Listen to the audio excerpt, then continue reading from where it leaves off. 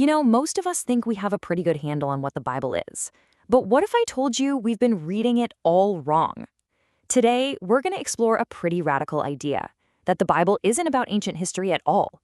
Instead, what if it's a personal architectural blueprint designed specifically for you? So let's just start right there with that big question. When you think of the Bible, what's the first thing that pops into your head? Probably ancient history, right? A book of laws, stories about people who lived thousands of years ago. And yeah, that's the way most of us see it. But what if that's just the surface level? What if its real job, its primary purpose, is to be a detailed, intricate blueprint for building something incredible, something profound, inside your own mind, your own inner world? Okay, so if we're going to run with this idea, where's the proof? Well, this whole perspective hinges on the claim that the master plan isn't buried somewhere in the middle of the text. Nope, it's hidden in plain sight, right in the very first word of the entire Bible. And that word is Bereshit. Now, we all know it as in the beginning. But this interpretation says that's way too simple. It's not a timestamp. It's a mission statement. It's like the title page of the blueprint that contains the entire construction project in just one word. Okay, get ready, because this is where it gets really cool. Let's break the word down. Bet is the Hebrew letter for house. That's the construction site, your inner being. Resh means head. Think of this as the master architect, the one in charge.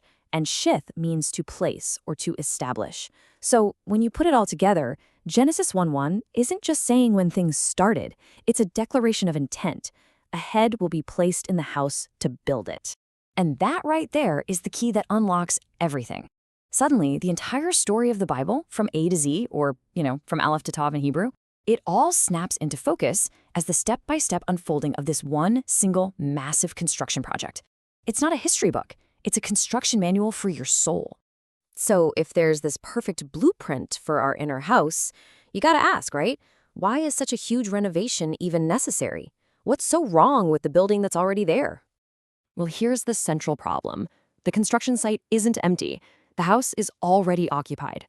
The position of head, the ruler, the one in charge, which was designed for the master builder, it's been taken over by a squatter. And that squatter is what the source calls the serpent, which is really our own ego, our fixed ideas, our stubborn ways of thinking.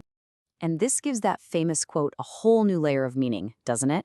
It's not about being physically homeless. It's about the master builder showing up to the job site, your inner world, and finding that the head position, the seat of power and control, is already taken. There's literally no room for him to even get started. All right, so the site's a mess. It's occupied by someone who shouldn't be there.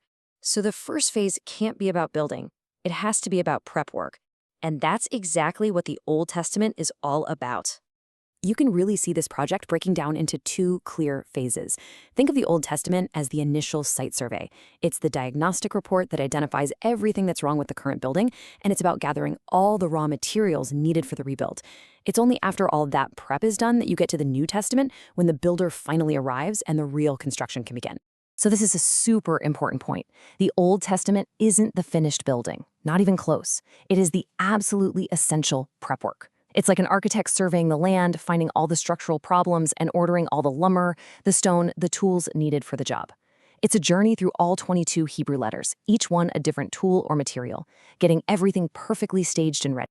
So, the diagnostic is done, the materials are all piled up on the site. Now, finally, the project can move into the active construction phase. And this huge shift is what marks the beginning of the New Testament. And this is where we see a critical change in how the word itself works. In the Old Testament, the word is logos. It's the written blueprint, the stack of materials sitting there in a pile. But in the New Testament, that word becomes Rhema, and that's a living, active, spoken instruction from the master builder who's on site with you, telling you exactly which piece goes where, right here, right now. This is where the real internal change starts to happen. All those separate laws, all those prophecies and stories that were gathered in phase 1, they're not just a pile of information anymore. The builder shows up and starts connecting them, fitting them together with real purpose to build a strong, coherent structure inside of you. So you go through the diagnostics, the material gathering, the active construction. What's the end game? What does the finished project actually look like? What's the ultimate goal of this entire blueprint? Well, this verse from Colossians is pretty much the perfect summary. See, the goal isn't just to build a nice house for the architect. The goal is for the architect to actually move in and become one with the house itself. So the completion of this project is nothing less than a total transformation of who you are. You go from being the property owner to being the property itself. You're not just reading the blueprint anymore. You have become the living temple that was envisioned in that original plan. And now you're commissioned to carry on the builder's work in the world. So as we wrap this up, the blueprint is laid out. And it kind of leaves us with a very personal question to think about. If you look at your own inner world as a construction site, what phase are you in? Are you still clearing the ground? Are you gathering materials? Or is the master builder actively fitting the pieces together? What part of your inner temple is being built right now?